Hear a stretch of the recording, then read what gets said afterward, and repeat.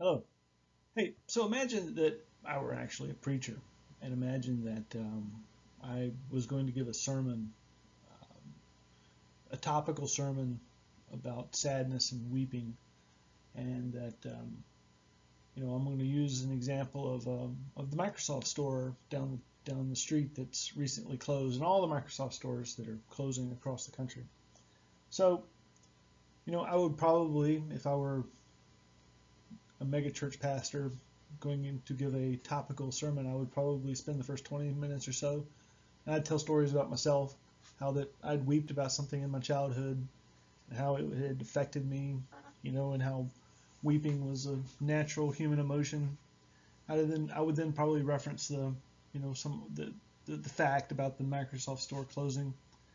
About 20 minutes or so into it, I would probably reference a Bible verse, John 11:35, Jesus wept. Might say something. We're all saddened when local stores like we like to patronize are shuttered. Our sadness may bring us to a point of tears. In those times, we should remember it is perfectly fine to express our emotions, for even Jesus wept. Well, that would be the most absurd sermon ever. I used a Bible verse that referenced Jesus weeping. I told a really cool story that made me central to the message, and I was entertaining, but I misused the verse, and I think you can clearly see that, right? Jesus wept because Lazarus had died, and his sisters were crying, and it was a sad moment, and he expressed a human emotion. Um, but I could clearly preach a topical sermon and misuse that verse, right? So, so about 3 weeks ago, I watched a mega church pastor, Matt Williams at Grace Church in Greenville, right? Use the passage from Ephesians to talk about racial injustice, um, and how that Christ had come to reconcile our differences. Well, that's not what Ephesians is about. Paul was speaking to Christians, all members of one body, Jews and Gentiles that followed Christ, but had hostility and enmity toward each other over their view of the role of the law, the old Mosaic law, in their walk with Christ. Um, when when Paul says to them that he's Christ had put away the enmity, he had done away with the law, that he had replaced the law. Um, he wasn't telling them, and nowhere in the Bible does it tell us that we're to be in one accord or one body with pagans or with idolaters or with folks that hold evil ideologies or with the world. Um, we're not one body with those people. We're one body with Christians. And that was what Paul was saying to the Ephesians in 2:16. So if you're using this verse to imply that God reconciled all of hostility or that Christians should be in one accord with pagans, that's at best a misleading use of the passage. It is exactly the same sort of use that in the previous example where I used Jesus wept to preach a sermon about how sad that folks were about stores closing.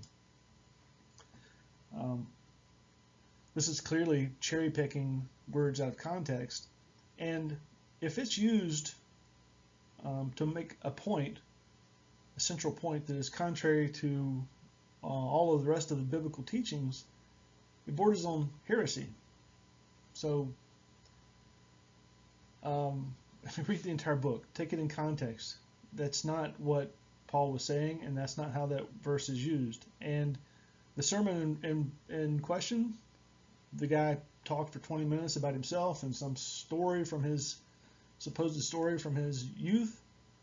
About 25 minutes into it, he referenced this passage, and then he goes on to tell everybody how we should, be social justice warriors and go make a black friend. That's and a Mexican if you can't find a black guy because there's not enough black folks in the upstate. That was his message. That's exactly what the guy said. That's what he preached, and so take that for what it is. Here's a statement from the church's statement of purpose on racial injustice. For generations, African Americans have been oppressed, abused, and exploited for the benefit of the white majority. For generations. It didn't say that this happened in the past. It didn't say that there's been things in the past. For generations. The implication, this is still ongoing, that blacks in America are being exploited and abused for the benefit of the white majority. That's their statement. That's what they hold to be true. Well, do you believe that blacks are being abused and exploited right now for the benefit of whites? Do you believe that? Does that comport with your observation of reality? What you think about that? I mean, if it does, can you give me examples that aren't contained in stories that people tell? Give me examples from the real world where you have observed or where you can logically arrive at the conclusion that blacks are actually being abused and exploited for the benefits of the white majority. Now, in that sentence, there's the implication that the white majority is a hegemonic organization that and a club that benefits from the oppression of some other group. There's a lot of implications in that statement that are logically unsupportable. So you cannot provide examples, but I would love to hear them if you can. There's a lot of people coming out now to tell some of the most successful people, which is very interesting, come out with their stories about how oppressed and unfair life was as they were growing up. But they are more successful than you and I. Folks that I've met that have been very successful that are black, you would think, well, if it's twice as hard, they must be twice as smart. But they're not twice as smart. They're smart guys that have achieved in life. How do you explain that in this paradigm where blacks are being systemically abused and oppressed and exploited for the benefit of this conglomerate of white majority? And I don't know why I've never received my membership card to this club where I get the benefits from this exploitation and abuse. We'll talk about that, but I mean, people will tell you that my white fragility makes me not see it. The implication in this statement, there's this group that benefits from the exploitation of another group. Tell me that you see that. If this is true, if that statement is true, how do you explain all of the exceptions to that? To how do you explain all the folks that succeed? I mean, I'm going to work in a couple of weeks for a company that's run by look, I retired out of the Army as a commissioned officer. The guy that runs this company was a retired senior NCO, black guy. His son, who is the best at what he does I've ever met, runs most of the company. And Mark rolls in millions of dollars. He wears the finest suits I've ever seen. I laugh every time I see him with the suits the guy wears and the money that he makes. And I'm happy with the money he pays me, but it's chump change to him. How do you explain these exceptions to this narrative that blacks are exploited by whites? Explain to me how blacks maintained stable families and advanced so far economically and socially up to 1964. And if you don't believe that, read everything Thomas Sowell wrote. A black guy, an economist, brilliant man. He'll lay out the numbers and the facts. But after 1964, the black family fell apart. Crime rose in the black communities and economic hardships. So what role did public policy play in destroying the black family? And that public policy was not the public policy of all the whites. It certainly was opposed by most whites, and there was only a certain segment of folks that agreed with some of the policies that were implemented in 1964. So those ramifications can't be attached to all white people, and it certainly did not benefit white people, and it didn't benefit black people. So what to make of this statement that this church has so boldly proclaimed to his congregation as truth. So, if given all these facts, do you honestly believe that their stance in this case is correct? Can you logically support that? Can you morally justify it? Can you biblically justify it? And if it's false, why would your church preach this? And why would they misuse scriptures to justify it? What is their agenda? What are they following? What ideas of the world are they following? And what else have they gotten wrong? If they've gotten this so clearly wrong. That statement is racist in nature. It will cause division and hate, violence, and more suffering. It's ignorant, it's false, and it's dangerous. But that's what they tell you is truth. So this lady Natasha, Latasha Morrison, is one of the individuals that your church has told you that you should follow on social media so that you learn the truth. The young lady on the left, Falkirk Center, is a Baptist think tank. So, in my experience as a Christian, moves to the left politically is one moves to the left politically to begin to take the Bible less seriously. I've never seen someone become more liberal, social, political while becoming more solid theologically. Like, walk into a United Methodist church and tell me that their liberal, progressive stance that they've held for the last 40 years has made them more Christians, better Christians, or even Christians at all at this point. That church now preaches Christ crucified, Christ resurrected, sin, truth.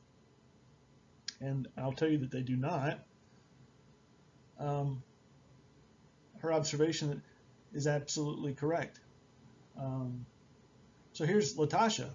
I agree. Narrow-minded and steeped in supremacy thought. Supremacy thought. So Latasha is fairly tame on social media.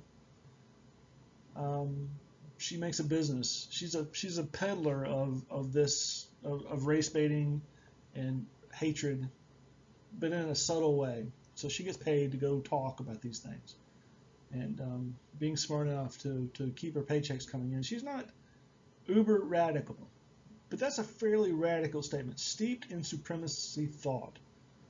Alice Stuckley writes this. How does Latasha know that Alice Stuckley has supremacy thought? Well, it disagrees with the narrative of Latasha and her ilk. Allie is absolutely correct, and you can prove it. I mean, the AME Church is much like the United Methodist Church, and it's devoid. It became a political organization a long time ago. And do you believe that the AME Church is changing hearts and minds in the black community? Does it appear to be a church that is preaching Christ and changing lives? Or is it a political organization that has become liberally and politically involved? Latasha doesn't know what she's talking about. But this is someone that your church has told you that you should follow to hear truth. So here's Todd Wagner, who's observing this cult-like behavior in some organizations where they tell you that you should read certain books and listen to certain people and ignore certain other ideas, and stick with the narrative, and stick with the narrative, because you go off the path and you may start thinking for yourself and you may see holes in this. As Todd points out, this cult-like phenomenon, some churches controlling information and the narrative, as we have just seen. Latasha's response is to basically buttress what he just said by saying, stop talking and listen to the narrative, right? You can't make this stuff up. Unfortunately, it's not made up. It's the real thing in our world. Latasha is a small peon of nothingness. She's not that radical. She's not nearly as dangerous as most, but she's right there. She's tame enough to be acceptable by folks that ought to know better. She's the Trojan horse.